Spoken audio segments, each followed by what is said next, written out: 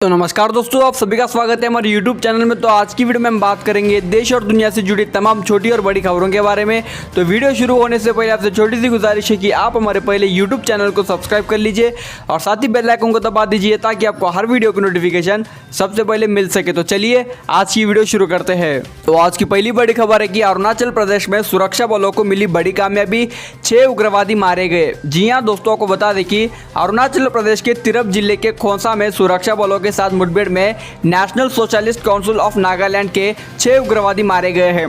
सुरक्षा बलों के साथ उग्रवादियों की मुठभेड़ शनिवार सुबह हुई थी। इस ऑपरेशन में असम राइफल्स के एक जवान घायल हो चुके हैं और उनकी हालत अब खतरे से बाहर है। खोंसा असम के तिनसुकिया जिले से करीबन 50 किलोमीटर की दूरी पर बसा है। तिनसुकिया असम का औद्योगिक शहर है। रिपोर्ट्स के मुताबिक सुरक्षा बलों को सशस्त्र उग्रवादियों की मौजूदगी के बारे में विशिष्ट खुफिया जानकारी मिली थी। इसके बाद खोंसा क्षेत्र में असम राइफल्स ने ऑपरेशन शुरू कर दिया था। 4:30 बजे सुबह सुरक्षा बल और उग्रवादी आमने सामने आ गए, जिसके बाद सुरक्षा बलों ने उग्रवादियों को सरेंडर करने के लिए कहा, लेकिन उन्होंने गोली चलाई, जिसके चलते जवाबी कार्रवाई में असम राइफल्स ने 6 उग्रवादियों को मार गिराया। और आज की अगली बड़ी खबर की राजनाथ सिंह ने अमेरिकी रक्षा मंत्री से की बात, भारत चीन के बीच जारी गतिरोध पर भी की गई चर्चा। जी हां दोस्तों, आपको बता दें कि रक्षा मंत्री राजनाथ सिंह ने अपने अमेरिकी समक्ष मार्क टी एस्पर के साथ टेलीफोन पर बातचीत की। इस दौरान दोनों नेताओं के बीच भारत और चीन के मौजूदा गतिरोध पर भी चर्चा की गई है। साथ ही सुरक्षा के संबंधित अन्य मुद्दों पर भी बातचीत हुई है। रक्षा मंत्री राजनाथ सिंह ने अमेरिकी रक्षा मंत्री मार्क टी एस्पर के साथ ऐसे समय पर बात की है जब भारत और चीन के बीच सीमा पर तनाव बना हुआ है। दोनों के बीच भारत और चीन गतिरोध को लेकर चर्चा भी हुई है। इस दौरान राजनाथ सिंह ने एस्पर को भारत की स्थिति से भी अवगत किया है। इसके अलावा दोनों के बीच द्विपक्षीय रक्षा और सुरक्षा सहयोग को और बढ़ावा देने के लिए तरीकों पर बातचीत हुई है। सूत्रों का कहना है कि दोनों मंत्री एक दूसरे के साथ नियमित संपर्क में हैं। उन्होंने द्विपक्षीय रक्षा सहयोग और आपसी हित के मुद्दों पर कई बार बात की है। और आज की अगली बड़ी खबर है कि टाइगर्स की गिनती में भारत ने बनाया गिनीज वर्ल्ड रिकॉर्ड। जी हाँ दोस्तों, आपको बता दूं कि भारत ने टाइगर्स की कैलकुलेशन में नया गिनीज वर्ल्ड रिकॉर्ड बनाया है। एक कैलकुलेशन साल 2018 में हुई थी। इस कैलकुलेशन के लिए कैमरा ट्रैप को 139 स्टडी साइट्स पर 26,760 अलग अलग जगहों पर रखा गया था। इससे लगभग 3.5 करोड़ तस्वीरें ली गई थी, जिसमें 76,523 टाइगर्स और 51,337 लेपर्ड की तस्वीर मिली है। दरअसल केंद्रीय पर्यावरण मंत्री प्रकाश जावड़ेकर ने इसके बारे में जानकारी देते हुए ट्वीट किया कि ये आत्मनिर्भर भारत का जीता जागता उदाहरण है, जिसे संकल्प से सिद्ध के माध्यम से हासिल किया गया है। उन्होंने लिखा कि हमने लक्ष्य से 4 साल पहले ही टाइगर्स की संख्या को दुगनी करने का संकल्प पूरा किया है। और आज की अगली बड़ी खबर है कि पीएम मोदी बोले दिल्ली एनसीआर की पैटर्न पर कोरोना से लड़े दूसरे राज्य। जी हां दोस्तों, को बता दें कि प्रधानमंत्री नरेंद्र मोदी ने कल देश में कोरोना वायरस को लेकर हालत की समीक्षा की। पीएम मोदी ने दिल्ली में कोरोना महामारी से निपटने में केंद्र, राज्य और स्थानीय अधिकारियों के ठोस प्रयासों की सराहना की।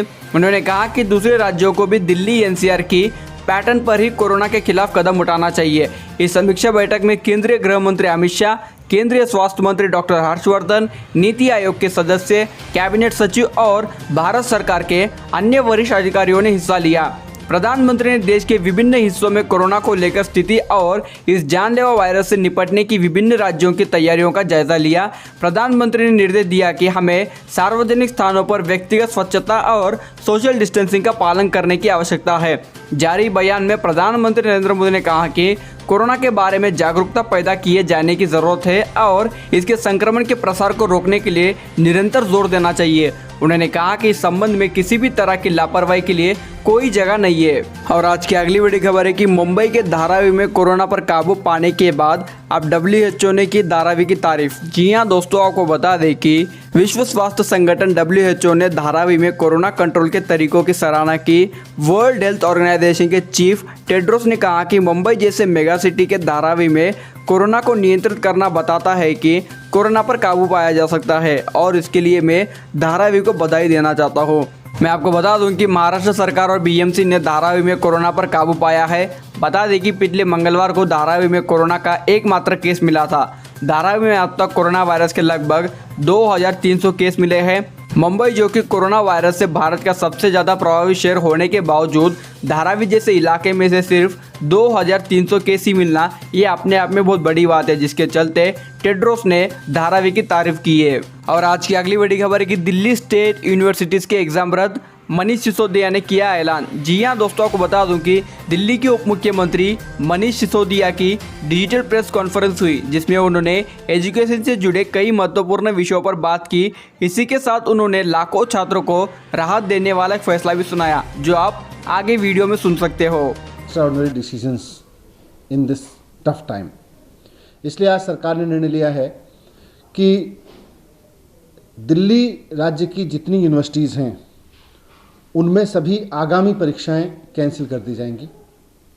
इसमें सभी यूनिवर्सिटीज़ के जो आगामी सेमेस्टर एग्ज़ाम्स हैं वो भी, और जो टर्मिनल एग्ज़ाम्स हैं यानी फाइनल एग्जामिनेशंस हैं उनको भी कैंसिल कर दिया जाएगा। First year, second year, third year या फाइनल ईयर का कोई भी आगामी परीक्षा दिल्ली राज्य की यूनिवर्सिटीज़ में नहीं ली जाएगी। सभी यूनिवर्सिटीज़ को कहा गया है कि बिना रिटन एग्ज़ाम कराए पुरानी परीक्षाओं के आधार पर या पुराने सेमेस्टर के आधार पर या और असेसमेंट्स जो अभी तक किए गए हों उनके आधार पर या कोई और प्रोग्रेसिव तरीका समझ के निकाल के बच्चों को प्रमोट करें। जो सेमेस्टर एग्ज़ाम देने वाले बच्चे थे उनको अगले सेमेस्टर में प्रमोट करें, उसके हिसाब से इवेलुएट करके, और जो फाइनल सेमेस्टर के बच्चे थे या फाइनल ईयर के बच्चे थे उनको भी इसी तरह से इवेल्युएशन करके बाकी सेमेस्टर्स के आधार पर या उनके और असेसमेंट्स के आधार पर इवेल्युएट करें और फिर उनको डिग्री अवार्ड करें। और आज की अगली बड़ी खबर है कि वॉरेन बफेट से ज़्यादा दौलतमंद हुए मुकेश अंबानी, जियो में इन्वेस्टमेंट का मिला फायदा। जी हां दोस्तों, को बता दें कि दौलत के मामलों में रिलायंस इंडस्ट्रीज के चेयरपर्सन मुकेश अंबानी ने वॉरेन बफेट को पछाड़ दिया है। बर्कशायर हैथवे के फाउंडर वॉरेन बफेट को दुनिया का सबसे बड़ा और सक्सेसफुल इन्वेस्टर माना जाता है। साल 2008 में वॉरेन बफेट दुनिया के सबसे अमीर शख्स बने थे और लंबे समय तक टॉप 3 दौलतमंद शख्सियत में शुमार थे। फोर्ब्स के मुताबिक मुकेश अंबानी की संपत्ति $70 बिलियन को पार कर गई है। फोर्ब्स इंडिया ने मुकेश अंबानी को 7वां सबसे अमीर शख्स बताया है। उन्होंने बर्कशायर हैथवे के फाउंडर वॉरेन बफेट और गूगल के लैरी पेज और सर्गी ब्रिन को पछाड़ दिया है। अरबपतियों की सूची में टॉप पर अमेजॉन के फाउंडर जेफ बेजोस है, वही माइक्रोसॉफ्ट के बिल गेट्स दूसरे नंबर पर है, जबकि बर्नार्ड आर्नोल्ड फैमिली तीसरे नंबर पर। इसके अलावा फेसबुक के फाउंडर मार्क जुकरबर्ग चौथे नंबर पर, स्टीव बार्मर 5वें नंबर पर और लैरी इलेसन 6ठे नंबर पर है, जिसके बाद भारत देश के मुकेश अंबानी का 7वां नंबर है। और आज की अगली बड़ी खबर है कि कांग्रेस सांसदों की बैठक में फिर उठी राहुल गांधी को पार्टी अध्यक्ष बनाने की मांग। जी हां दोस्तों, को बता दें कि कांग्रेस में एक बार फिर से पार्टी की कमान राहुल गांधी को देने की मांग की गई है। शनिवार सुबह कांग्रेस की अंतरिम अध्यक्ष सोनिया गांधी पार्टी सांसदों के साथ कोरोना महामारी और देश की वर्तमान राजनीतिक परिस्थिति पर चर्चा कर रही थी। इसी दौरान कई सांसदों ने ये मांग की कि राहुल गांधी को फिर से पार्टी की कमान संभालनी चाहिए। ये बैठक वर्चुअल बैठक थी, जिसमें सभी कांग्रेस के सांसद और सोनिया गांधी मौजूद थी। इस बैठक में के सुरेश, एंटो एंटनी, मणिकम ठाकुर, अब्दुल खालिक, गौरव गोगोई और कुछ अन्य सांसदों ने राहुल गांधी से आग्रह किया कि वह फिर से पार्टी की कमान संभाले। पिछले कुछ दिनों से पार्टी के अंदर राहुल गांधी को कमान सौंपने की बार बार मांग उठ रही है। राजस्थान के मुख्यमंत्री अशोक गहलोत ने भी हाल ही में ही कांग्रेस कार्य समिति की बैठक के दौरान ये मांग उठाई थी, जिसके बाद कई अन्य नेताओं ने भी उनकी इस मांग का समर्थन किया था। बस देखना होगा कि आने वाले समय में राहुल गांधी पहले देश के प्रधानमंत्री बनते हैं या फिर कांग्रेस पार्टी के अध्यक्ष बनते हैं। इसको लेकर आपकी क्या राय है, मुझे कमेंट सेक्शन में ज़रूर बताना। और आज की अगली बड़ी खबर है कि अमेरिका में कोरोना के केस में अब तक का सबसे बड़ा उछाल, 24 घंटे में 70,000 केस मिले। जी हां दोस्तों, को बता दें कि दुनिया के देशों में कोरोना वायरस के संकट से सबसे ज़्यादा पीड़ित अमेरिका है। अमेरिका में पिछले 24 घंटे में 70,000 से ज़्यादा कोरोना केस मिले हैं, जो किसी भी देश में महामारी शुरू होने के बाद सबसे बड़ा उछाल देखा गया है।